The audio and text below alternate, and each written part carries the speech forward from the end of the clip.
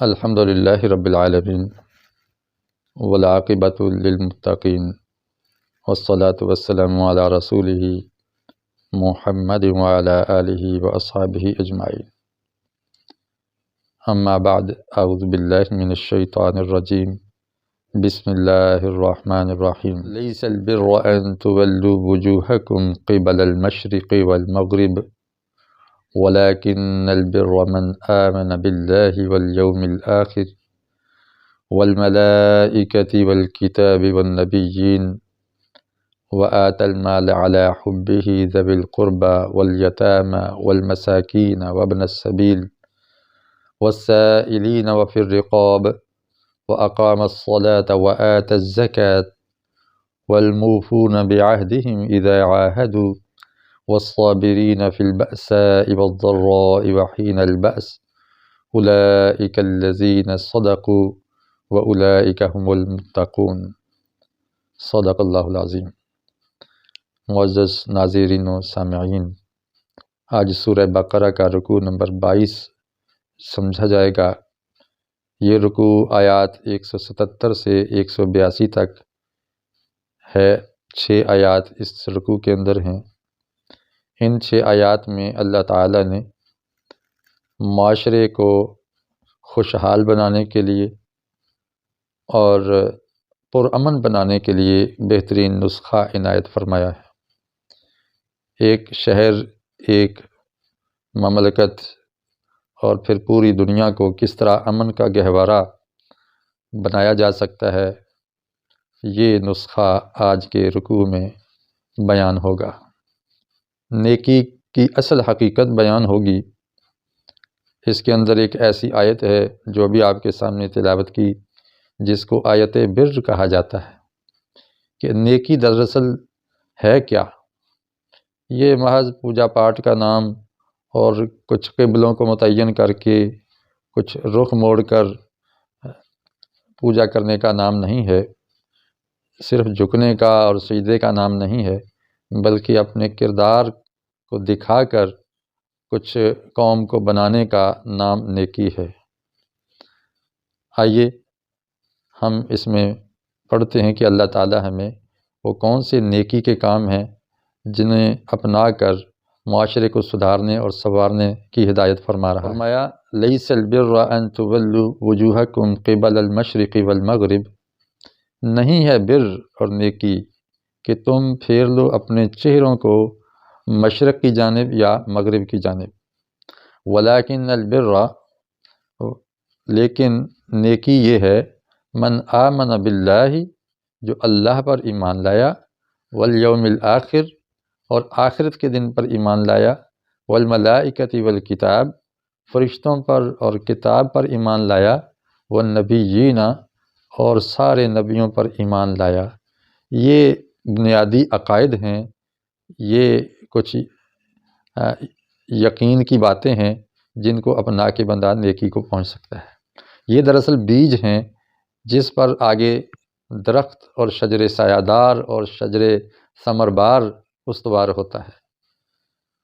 اور اس بیج کے اوپر کیا پھل پات لگتے ہیں، وہ یہ ہیں، وَآتَى الْمَالَ عَلَى حُبِّهِ، اور جس نے دیا مال اس اللہ کی محبت میں، ذوی القربیٰ، قریبی رشتہ داروں کو، والیتامى، یتیموں کو، والمساکین، مسکینوں کو، وابن السبیل، اور راستے کے بیٹوں کو یعنی مسافروں کو، والسائلین، سوال کرنے والے، مانگنے والے، ان کو جس نے مال دیا اللہ کی محبت میں، اور پھر رقاب، اور گردنیں چھڑانے میں، وہ چاہے غلامی میں گردن پھنسی ہوئی ہو یا قرضے کے اندر پھنسی ہوئی ہو یا بے گناہ قید کر لیا گیا ہو، تو ان کو چھڑوانا۔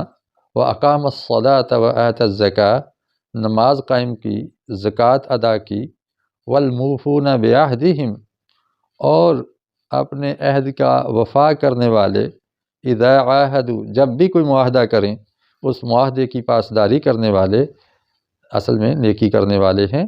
وَالصَّابِرِينَ فِي الْبَأْسَاءِ وَالضَّرَّاءِ، اور جنگ کے موقع پہ صبر و ثبات کا مظاہرہ کرنے والے، وَالضَّرَّاءِ، اور تکلیف کے اندر صبر کرنے والے، وحین البعث اور جب معرکہ برپا ہو اس وقت بھی صبر کرنے والے، اولئک الذین صدقوا یہی وہ لوگ ہیں جنہوں نے اپنے ایمان کے دعوے کو سچ کر دکھایا، واولئک هم المتقون یہی لوگ متقی ہیں۔ ویسے ایک ایک لفظ اور ایک ایک قانون اور ایک ایک ضابطے کی تشریح کی جائے تو اس پر گھنٹوں، دنوں اور مہینوں کا عرصہ درکار ہے، لیکن اللہ تعالیٰ نے دریا کو کوزے میں بند کر دیا ہے، اور جو جس شعبے میں ہے وہ اپنی بات کو آسانی سے سمجھ سکتا ہے۔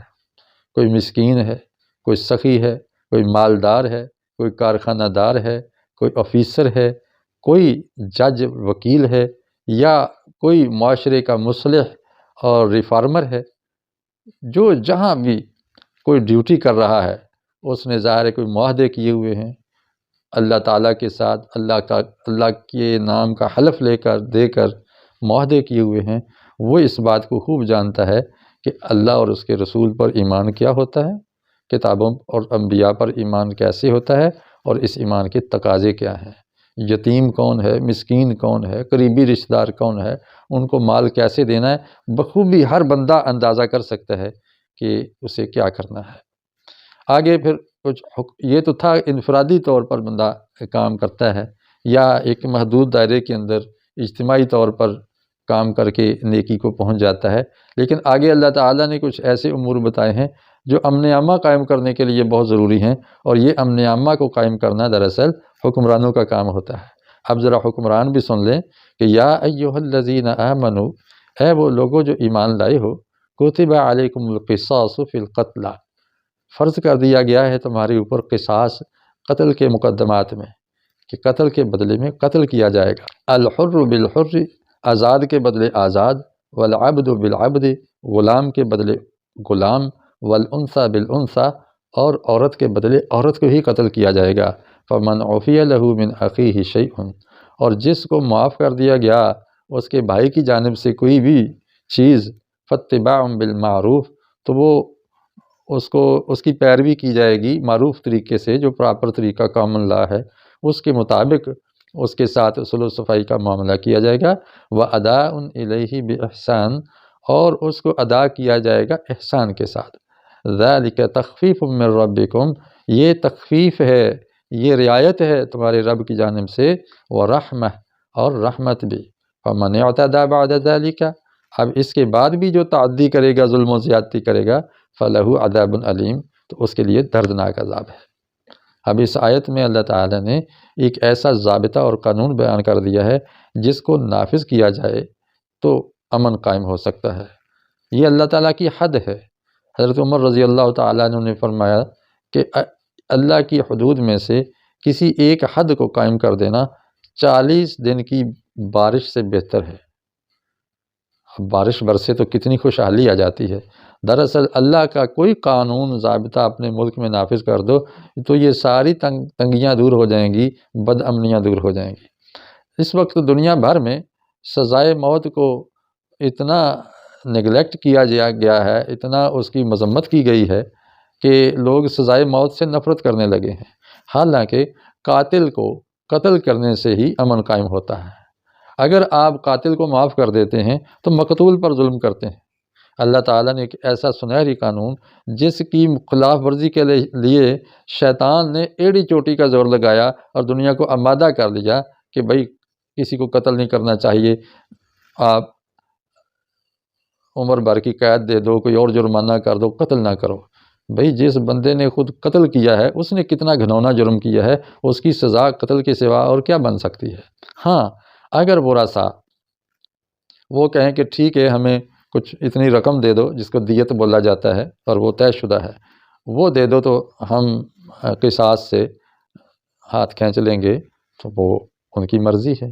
عدالت کو کوئی حق نہیں پہنچتا کہ وہ مقتول کی مرضی کے خلاف، مقتول کے ورثاء کی مرضی کے خلاف کوئی فیصلہ کرے۔ یہ اللہ کا ضابطہ ہے، اللہ کا قانون کو کوئی نہیں بدل سکتا۔ دنیا بھر کے دانشور اکٹھے ہو جائیں، سیاستدان اکٹھے ہو جائیں، پبلک اکٹھی ہو جائے، یہ سارے جاہل تو کہلا سکتے ہیں یہ عالم اور دانشور نہیں کہلا سکتے جو رب کے قانون کے خلاف فیصلہ سازی کرتے ہیں۔ اس لیے اللہ تعالیٰ نے جو ضابطہ دیا ہے کہ قتل کے بدلے میں قتل، پھر یہ ہے کہ جس نے قتل کیا ہے اسی کو مارا جائے، یہ نہیں ہے کہ اس کی پوری فیملی مٹا دی جائے، اس کی برادری پہ حملہ کر دیا جائے، اس کے پورے شہر کو ملیا میٹ کر دیا جائے، اور مارا کس نے اور بدلہ کسی اور سے لیا جائے۔ یہ بالکل غلط ہے، یہ پرانا دقیانوسی قانون ہے جو آج بھی تہذیبیں اپنا رہی ہیں۔ دیکھتے نہیں ہیں کہ کسی جماعت یا کسی ملک کا ایک بندہ کہیں کسی کو قتل کراتا ہے تو پورے ملک سے اس کا بدلہ لیا جاتا ہے، یہ بالکل غلط ہے۔ پوری فیملی سے اس کا بدلہ لیا جاتا ہے، یہ بالکل غلط ہے، غیر قانونی حرکت ہے۔ اس سے بدامنی پھیلتی ہے، امن نہیں آتا۔ آپ اس پھوڑے کو ختم کریں جس کی وجہ سے پورا جسم متعفن اور متاثر ہو رہا ہے، چاہے جائے کہ پورا جسم بھی کاٹ پھاٹ کے دفن کر دیں۔ وَلَكُمْ فِي الْقِصَاصِ حَيَاتٌ يَا أُولِي الْأَلْبَابِ، تمہارے لیے قصاص ہی کے اندر زندگی ہے اے عقل والو، یا اولی الالباب، قصاص کا قانون نافذ کرو، اس کے اندر تمہیں زندگی ملے گی، وگرنہ موت ہے۔ آپ دیکھ رہے ہیں لوگوں نے کیسے کیسے مہلک ہتھیار استعمال کیے ہیں جو اس قانون کی خلاف ورزی کرتے ہیں، جو نہتوں کو ملیا میٹ کرتے ہیں، بے گناہوں کو مارتے ہیں، بستیوں کو اجاڑتے ہیں، کھیت اور کھلیان کو خاکستر کر دیتے ہیں۔ یہ کہاں کا انصاف ہے، یہ کہاں کا عدل ہے، یہ کہاں کا امن ہے؟ اس سے تو اور تباہی پھیلتی ہے اور زندگی متاثر ہوتی ہے۔ قصاص کے اندر اللہ تعالیٰ نے حیات کا سامان رکھا ہے، زندگی کا سامان رکھا ہے، لعلکم تتقون، تاکہ تم بچ جاؤ۔ بچ کس سے جاؤ؟ بدامنی سے بچ جاؤ، دنیا میں جو انارکی پھیلی ہوئی ہے اس سے بچ جاؤ، اور آخرت میں جو ناکامیاں ہونے والی ہیں اس سے بچ جاؤ۔ کتب علیکم اذا حضر احدکم الموت، آگے ایک اور ضابطہ سن لو، یہ دیوانی قانون اللہ تعالیٰ بیان کرنے لگے ہیں۔ پہلے فوجداری قانون بیان ہوا، اب دیوانی قانون بیان کرتے ہوئے اللہ رب العزت فرماتے ہیں کہ جب تم میں سے کسی کو موت حاضر ہو جائے، ان ترک خیرا الوصیۃ للوالدین، اگر وہ کوئی خیر ترکے میں چھوڑ رہا ہے کوئی مال، تو والدین کے لیے وہ وصیت کر کے جائے، والاقربین، اور قریبی رشتہ داروں کے لیے بالمعروف، اچھے طریقے سے، معروف طریقے سے، حقا علی المتقین، یہ متقین کے ذمہ حق ہے کہ مرنے سے پہلے مال کی وصیت کرے۔ یہ اس وقت حکم آیا تھا کہ جب ابھی وراثت کی تقسیم اللہ نے ڈیٹیل سے بیان نہیں کی تھی اور حصے مقرر نہیں کیے تھے۔ جب حصے مقرر ہو گئے تو یہ جو آیت ہے یہ ایک اور انداز سے بہرحال قابل عمل ہے، وہ میں بیان کروں گا۔ وہ یہ ہے کہ اب جب کہ حصے مقرر ہو گئے ہیں کہ ماں باپ کا کیا حصہ ہے، بیوی بچوں کا کیا حصہ ہے، تو اب وصیت 1/3 مال کی بندہ کر سکتا ہے، اس سے زیادہ کی وصیت نہیں کر سکتا۔ اور یہ وصیت صرف ان لوگوں کے حق میں ہوگی جن کا وراثت میں حصہ رب نے نہیں رکھا، پوتے ہیں اور نواسے ہیں اور دوست احباب ہیں، فلاحی ادارے ہیں، مختلف رفاہی کام ہیں، اور اس کے اور قریبی یا دور کے قریب کے رشتہ دار ہیں جن کو وراثت نہیں پہنچی ہے، ان کے لیے وصیت کی جا سکتی ہے، لیکن سارے مال کی نہیں، آدھے مال کی نہیں، 1/3 مال کی وصیت کر سکتا ہے، اس سے زیادہ نہیں۔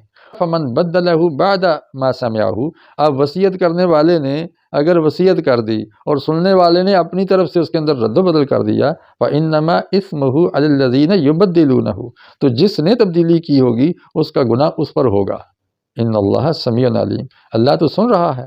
ومن خاف من موص جنفا، اور اگر آپ کو خوف ہے، کسی کو خوف ہے کہ یہ وصیت کرنے والا غلطی کر رہا ہے، یہ غلط وصیت کر رہا ہے، یہ تو پورا مال وصیت میں دے رہا ہے، یہ تو آدھا مال وصیت میں دے رہا ہے، یہ تو ان لوگوں کے لیے بھی وصیت کر رہا ہے جن کو ترکے میں سے حصہ مل چکا ہے، غلط وصیت کر دی ہے اس نے، تو اللہ نے فرمایا کہ جس کے بارے میں خوف ہو کہ وہ جانبداری کا مظاہرہ کرتے ہوئے غلط وصیت کر جائے گا، او اثمن، یا ایسے کھاتے میں پیسے لگانے کی وصیت کر جاتا ہے جو حرام ہے، غلط ہے، گناہ کی وصیت کر جاتا ہے، فاصلح بینہم، اب وصیت سننے والا اگر اس کے اندر کوئی اصلاح کر دیتا ہے، فلا اثم علیہ، تو اس پر کوئی گناہ نہیں۔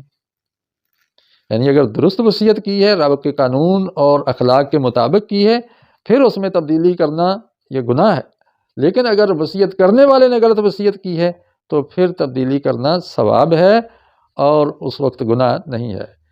ان اللہ غفور الرحیم۔ باقی اللہ تعالیٰ بخشنے والا ہے، مہربان ہے، وہ اپنی مخلوق پہ بہت زیادہ رحم فرمانے والا ہے۔ وہ اتنے سنہری قوانین دیتا ہے جس کو اپنا کے ہم اپنے ملک و قوم کو خوشحال بھی بنا سکتے ہیں اور پرامن بھی بنا سکتے ہیں۔ اللہ سے دعا ہے کہ وہ ہمیں قصاص کے قانون کو نافذ کرنے اور وراثت کے قانون کی پابندی کرنے کی توفیق عطا فرمائے، اور نیکی کی اس روح کو پانے کی توفیق دے جو آیت بر میں اللہ تعالیٰ نے ارشاد فرمائی ہے۔ وآخر دعوانا ان الحمد للہ رب العالمین۔